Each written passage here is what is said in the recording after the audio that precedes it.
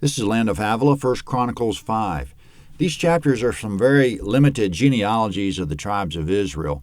The last chapter was Judah. Now it'll be the 2.5 Transjordanian tribes, Reuben, Gad, and the half tribe of Manasseh. In other words, the tribes on the other side of the Jordan River. Reuben occupied the southernmost portion, Gad above them, and the half tribe of Manasseh above them. Working our way south to north, starting with Reuben, verse 1. The sons of Reuben, the firstborn of Israel, for he was the firstborn, but because he defiled his father's couch, his birthright was given to the sons of Joseph, the son of Israel, and the genealogy is not to be listed according to the birthright. For Judah prevailed above his brothers, and from him came the prince, but the birthright was Joseph's. Comment: we understand that perfectly because the details are in Genesis. Reuben lost his birthright because he grew up and slept with one of his father's wives. That gave Jacob a chance to give double honor to Joseph in the inheritance by giving portions to Joseph's sons Ephraim and Manasseh. Plus, Jacob adopted those two grandsons as sons, so the final count of Jacob's sons was 14.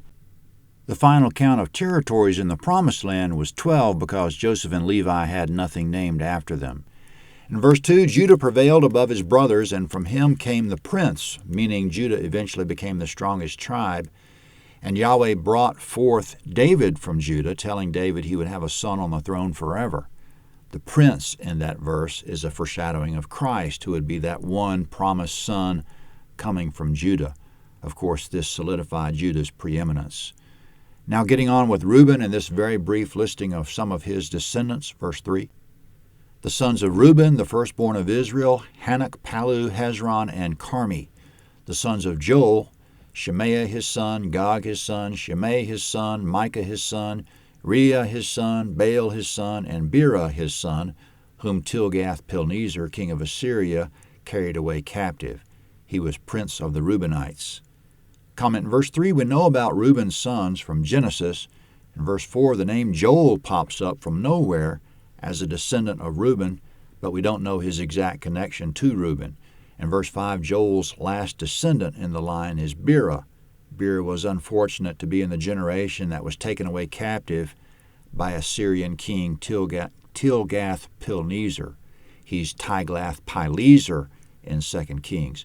So that was a genealogy that went from Reuben to Bera, but it skipped untold generations, and untold thousands of other lines of Reuben's descendants got no mention.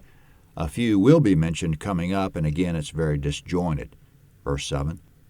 His brothers by their families, when the genealogy of their generations was listed, the chief Jael and Zechariah and Bela the son of Azaz, the son of Shema, the son of Joel, who lived in Auror, even to Nebo and Baal-Meon, and he lived eastward even to the entrance of the wilderness from the river Euphrates, because their livestock were multiplied in the land of Gilead.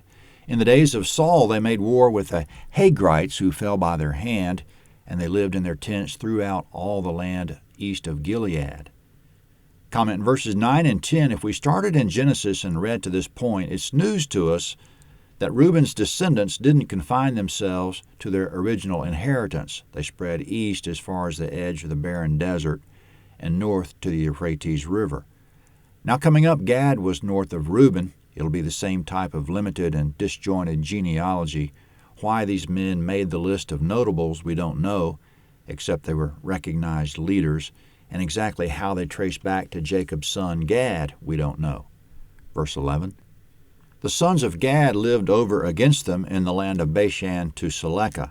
Joel the chief, Shapham the second, Janai and Shaphat in Bashan. Their brothers of their fathers' houses, Michael, Meshullam, Sheba, Jereh, Jachin, Zia, and Eber, 7. These were the sons of Abihail, the son of Huri, the son of Jeroah, the son of Gilead, the son of Michael, the son of Jeshishai, the son of Jado, the son of Buz, Ahi, the son of Abdiel, the son of Guni, chief of their fathers' houses. They lived in Gilead in Bashan and in its towns and in all the pasture lands of Sharon as far as their borders. All these were listed by genealogies in the days of Jotham, king of Judah, and in the days of Jeroboam, king of Israel. Comment in verse 17, some of the Gadites just mentioned lived during the days of Jotham, king of Judah. This was 11 generations removed from David. It was also the time of King Jeroboam II of the northern kingdom. In verse 14, Buz was one of their earlier ancestors, but we don't know Buz, and we don't know his line of descent from Gad. Now, of the Transjordanian Israelites in general, verse 18, the sons of Reuben, the Gadites, and the half-tribe of Manasseh, of valiant men, men able to bear buckler and sword, and to shoot with bow, and skillful in war, were 40,760 that were able to go out to war. Comment, this was presumably also in the days of King Jotham of Judah. In verse 18, the number of Transjordanian Israelites fit for war was 44,760. That's a small number compared to the 84,230 in the time of Moses, and that was just from Reuben and Gad, Numbers 36.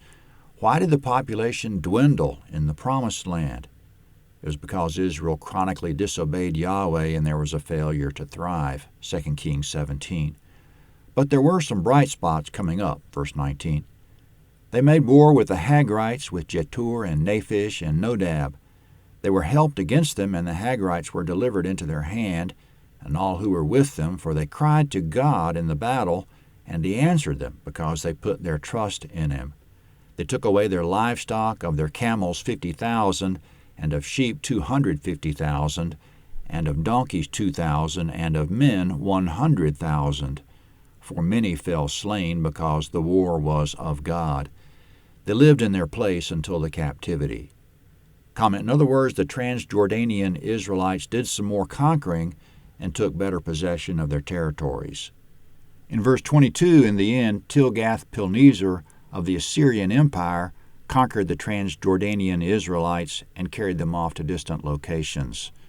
Now for the half-tribe of Manasseh, which suffered the same fate, verse 23. The children of the half-tribe of Manasseh lived in the land. They increased from Bashan to Baal-Hermon, Senir, and Mount Hermon. Comment, the half-tribe of Manasseh lived from the Jabbok River on their south to Mount Hermon in the north. That included the land known as Bashan. Now a listing of some of their VIPs, maybe also in King Jotham's time. Verse 24.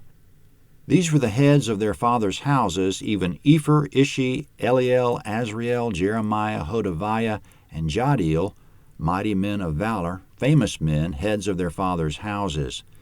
They trespassed against the God of their fathers, and played the prostitute after the gods of the peoples of the land, whom God destroyed before them. So the God of Israel stirred up the spirit of Pul, king of Assyria, and the spirit of Tilgath-Pilneser, king of Assyria, and he carried them away, even the Reubenites and the Gadites and the half-tribe of Manasseh, and brought them to Hala, Habor, Hera, and to the river Gozan to this day. Comment, according to the Mosaic covenant, Yahweh would prosper Israel if they would observe the 613 laws of Moses, but on the other hand, he would exile them from their land if they didn't, Leviticus 26. In verse 25, they didn't. They played the prostitute, meaning they were promiscuous. They cavorted with any and every god in the region. In verse 26, Yahweh stirred up the kings of the Assyrian Empire to invade. The Assyrian kings relocated the Transjordanian Israelite tribes to Mesopotamia as slaves along the Habor River, which is now northern Iraq near Mosul. This is about 1,000 miles from their homeland. In verse 26, Judah lost track of them. They remain there, quote, to this day, end quote. Yahweh appealed to them through prophets for generations, but they wouldn't respond. 1 Chronicles 6 is next.